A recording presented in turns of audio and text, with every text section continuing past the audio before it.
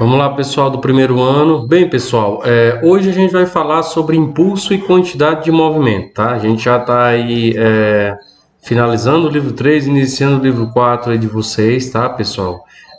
E queria dizer para vocês estarem fazendo as atividades do Tarefa Online, tá? A partir dessa próxima semana eu vou estar montando algumas avaliações para ter e colocando na plataforma para que vocês possam resolver essas atividades para a gente estar montando aí tá avaliando vocês e estar colocando as notas de vocês, tá bom, pessoal? Bem, hoje a gente vai falar de que nós chamamos de impulso e quantidade de movimento em física, mais especificamente do que nós chamamos também de momento linear, tá, pessoal? Então a gente vai dar uma definição básica, primeiramente, do que é o impulso de uma força, né? Na realidade, o impulso ele é sempre relacionado a algum tipo de força que está sendo aplicado sobre um objeto qualquer, tá? Então, no estudo da física, mostra-se que o início de um movimento ou a sensação dele só pode ocorrer sob a ação de uma força, como a gente já explicou várias vezes, principalmente quando a gente falou lá no princípio fundamental da dinâmica, né? Que é a definição de força, né? Que é a segunda lei de Newton. Se, por exemplo, quisermos frear uma bicicleta que esteja a uma certa velocidade no intervalo de tempo muito curto, teremos que aplicar uma força muito intensa. E essa, na realidade, é a definição básica de impulso, tá?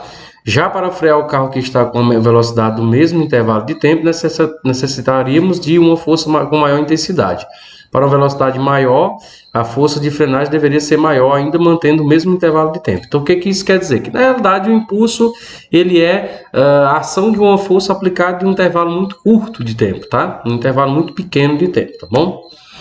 Então, nessas condições, a força depende da velocidade e, nesse caso aí, da massa do corpo, tá? Os mesmos efeitos podem ser obtidos considerando intervalo de tempos maiores com aplicações de forças de intensidade menores, tá? A gente pode analisar o contrário, tá bom, pessoal?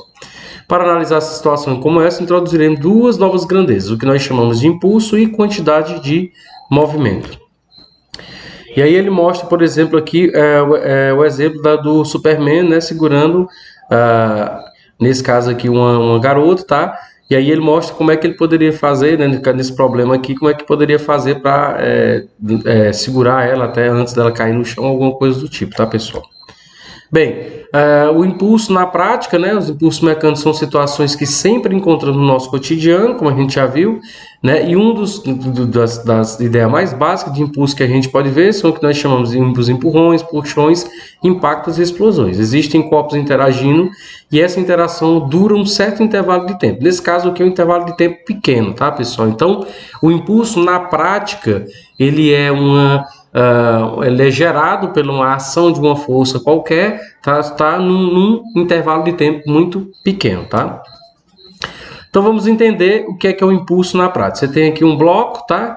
Então você tem aqui uma força atuando sobre ele no intervalo de tempo t0, ou seja, um tempo inicial, com a velocidade inicial aqui v0, tá? Esse bloco ele vai se deslocar. Nesse caso aqui, se você empurrar ele, né, aplicar essa força, ele vai se deslocar e gastar um tempo, né, um intervalo de tempo, tá? E aí ele vai chegar, nesse caso aqui, aí, nesse outro ponto aqui, com essa aplicação dessa força, uma velocidade v, nesse caso, uma velocidade final qualquer para um tempo final qualquer. A relação entre a força aplicada e o tempo, né, o intervalo de tempo em que ele atuou, o impulso, definirá o valor da velocidade inicial do movimento sem a ação da força. Então, o que é o impulso? É a força vezes o intervalo de tempo, ou seja, multiplicado, né? O estudo do fenômeno anterior poderia ser feito através das leis de Newton. Para simplificar esse estudo, definimos o impulso de uma força constante, né? Vale-se lembrar que aqui a gente está trabalhando, a princípio, por impulso a forças constantes, tá, pessoal? Como produto, nesse caso aqui, é o produto da minha força multiplicado pelo intervalo de tempo no qual a força ficou atuando sobre um objeto qualquer, tá? O impulso ele é uma grandeza vetorial, é de se esperar, porque na realidade ele é produzido por uma grandeza vetorial, né, multiplicado por uma grandeza escalar, que nesse caso é o tempo, tá?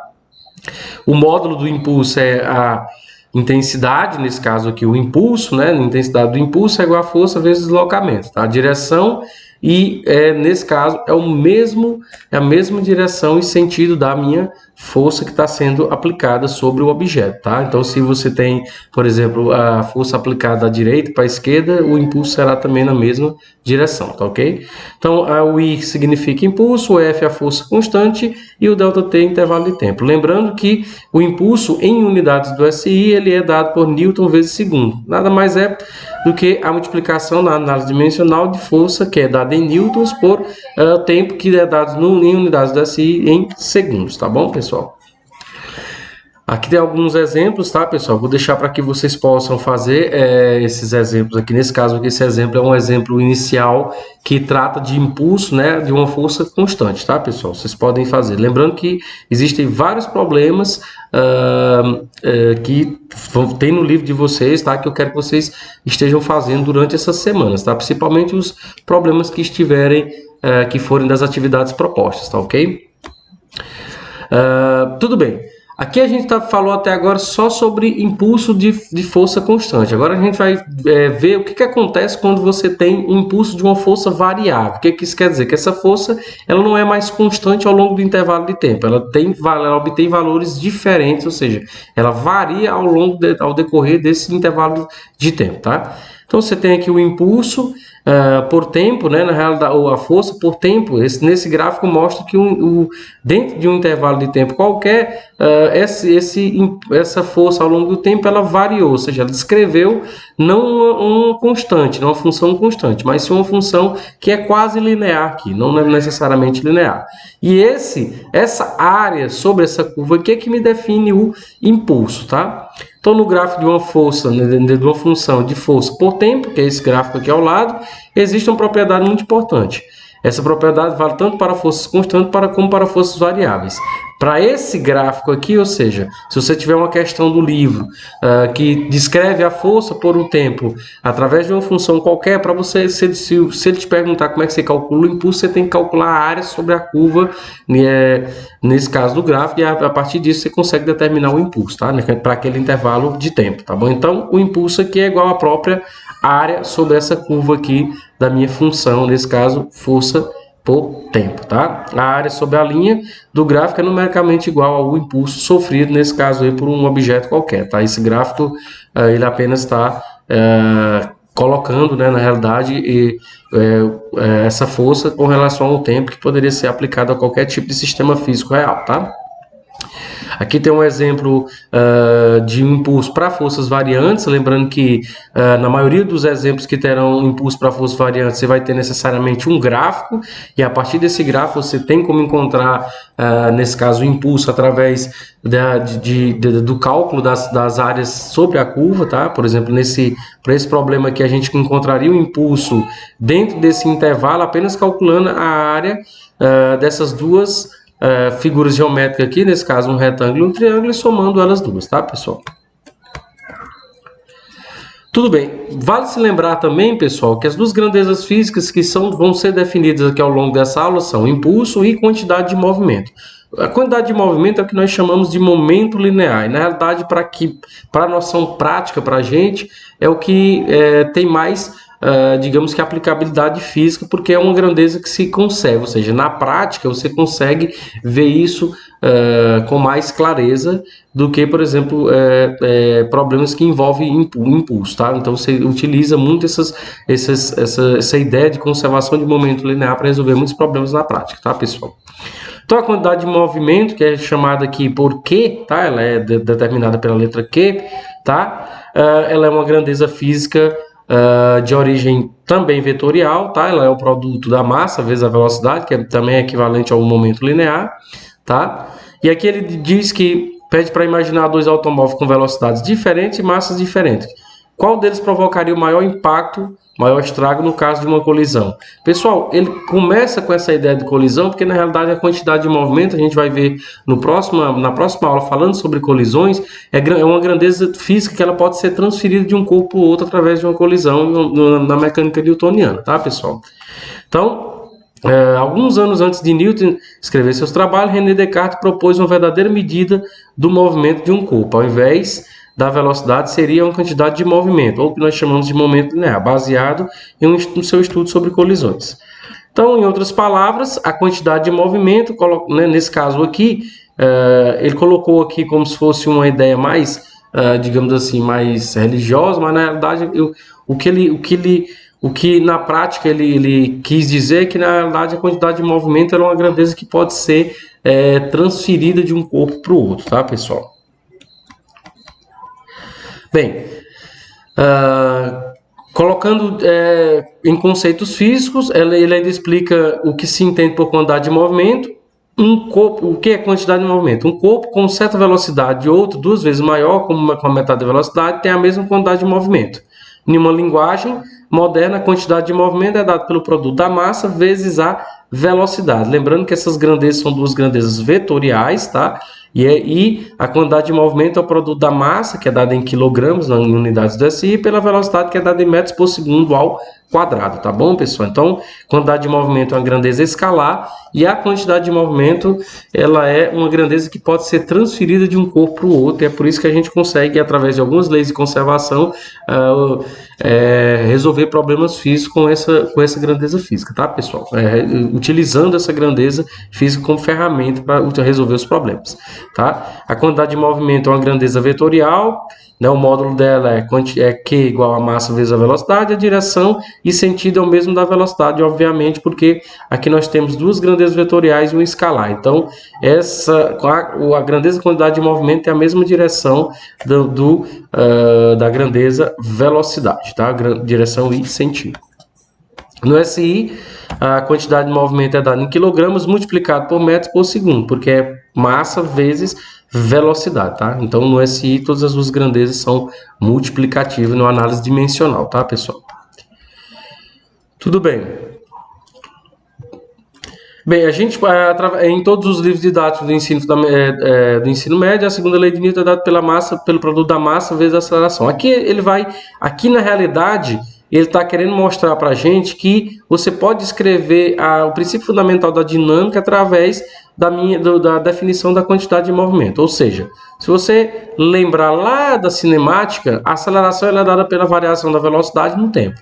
Se você substituir a aceleração pela variação da velocidade no tempo, vocês podem escrever a força em termos da quantidade de movimento. Obviamente, haja visto que a massa vezes a velocidade é o momento linear com a quantidade de movimento. Então, a gente pode escrever que a força, né, resultante aqui sobre um sistema qualquer, nesse caso aqui pelo princípio fundamental da dinâmica, ou a força resultante sobre a interação de um corpo com o outro, ou até mesmo a força aplicada em algum objeto qualquer, pode ser escrita em termos da quantidade de movimento como sendo a variação da quantidade de movimento ou momento linear no tempo, tá? No intervalo de tempo. E a gente pode até também definir, né, a força aqui, o impulso através também da quantidade de movimento. Haja visto que como a força resultante é igual à quantidade de movimento pelo tempo, a gente pode escrever o impulso, né, por exemplo, como força vezes tempo, ou seja, a gente pode escrever na realidade o impulso como sendo a variação da quantidade de movimento ou variação do momento linear, tá? Que é isso que ele coloca aqui nesse slide, né? O impulso resultando das forças que há sobre um ponto material em um certo intervalo de tempo, né? Ele pode ser descrito por esse teorema do impulso pela seguinte forma, né? O impulso é igual à variação da quantidade de movimento, porque se você substitui aqui o impulso como sendo I, que é igual a FR vezes ΔT, você na realidade corta esse ΔT e acaba que você cai nessa equação aqui do qual o impulso é igual à própria variação da quantidade de movimento. Isso quer dizer que o impulso é igual à quantidade de movimento final menos a quantidade de movimento inicial, obviamente, porque a variação da quantidade de movimento, ou a variação em qualquer coisa em física, é o final menos inicial. E mais especificamente, a gente pode ainda escrever o impulso como sendo a massa vezes a velocidade final do objeto, menos a massa vezes a velocidade inicial. Colocando M em evidência, a gente ainda pode escrever o impulso como sendo a massa multiplicada pela variação da velocidade, tá? Ou seja, uma outra maneira, outra roupagem, né? Ou outra maneira de você conseguir escrever, né, o impulso, né, para resolver problemas físicos. Então, você pode resolver alguns problemas físicos que tem apenas a massa e a variação de velocidade e encontrar o impulso atuante ali naquele sistema físico que você está preocupado em resolver, tá? Aqui tem alguns exemplos para vocês resolverem, tá, pessoal? Também todos eles relacionados a impulso e quantidade de movimento, também relacionado à força. Você percebe que na prática todas essas grandezas elas estão intimamente ligadas, né? Aqui tem algumas curiosidades que eu vou deixar para que vocês olhem, né? Para vocês olhem. Aqui mostra nesse slide, pessoal, ele está querendo mostrar que, na realidade, a quantidade de movimento ela segue as mesmas regras que a gente explicou para vocês de força e que também é aplicada a impulso e que, nesse caso aqui, é aplicado também a quantidade de movimento, que é o que nós chamamos de princípio da superposição. Ou seja, você tem todas as grandezas físicas, nesse caso aqui, para um sistema de partículas, a gente pode pensar de N partículas, elas podem ser associadas de maneira somativa quando você aplica elas no princípio da superposição. Então, o que isso quer dizer na prática? Se você tem um sistema de partículas quaisquer, interagindo umas com as outras, cada uma com uma quantidade de movimento diferente, você tem partículas A, B e C, cada uma com velocidade VA, VB e VC, com quantidade de movimento QA, QB e QC. Se você, nesse sistema de partículas, você quer saber a quantidade de movimento total desse sistema aqui de partículas, você tem que somar as quantidades de movimento individuais de cada partícula, tá? Isso se você tem para esse sistema de 3 partículas. Se você tem N partículas, você soma até a enésima. Isso é chamado de princípio da superposição, tá? Ou seja, é um análogo ao que a gente explicou para vocês, por exemplo, lá para forças, né? Que a somatória das forças sobre um sistema de partículas me dava a força resultante que ele exercia sobre algum objeto ou que ele exercia sobre algum meio ao seu redor, tá? Então, é a mesma ideia para cá, a diferença é que aqui a grandeza que a gente leva em consideração é exatamente a quantidade de movimento ou momento linear, tá? Então, o princípio da superposição me diz que quantidade de movimento ou momento linear do sistema envolvendo várias partículas é a soma da quantidade de movimento de cada partícula individualmente, tá bom? Temos também a definição do que nós chamamos de conservação da quantidade de movimento, e aqui está uma regra básica do porquê que se usa quantidade de movimento em problemas físicos.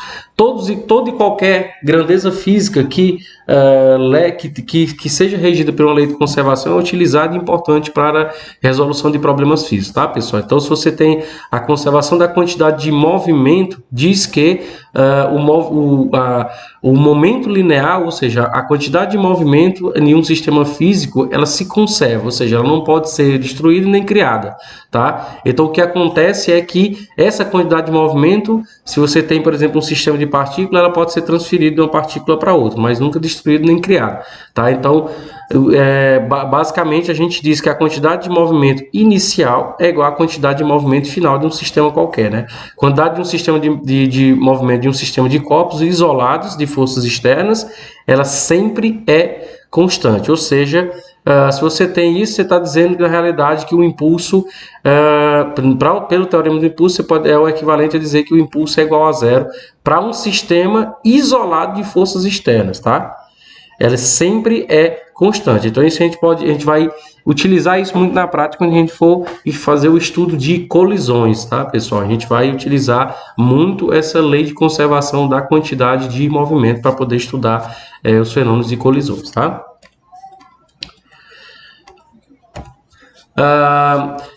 A gente também diz que os princípios da conservação de energia e da quantidade de movimento são princípios independentes, obviamente, porque são duas grandezas físicas diferentes, de origem diferente também, tá, pessoal? Então, são princípios, são leis de conservação, porém, de grandezas físicas diferentes. A quantidade de movimento pode permanecer constante, ainda que varia a energia mecânica. Isso não acontece necessariamente no princípio de conservação de energia. A quantidade de movimento dos corpos que constitui o sistema mecanicamente isolado não é necessariamente constante.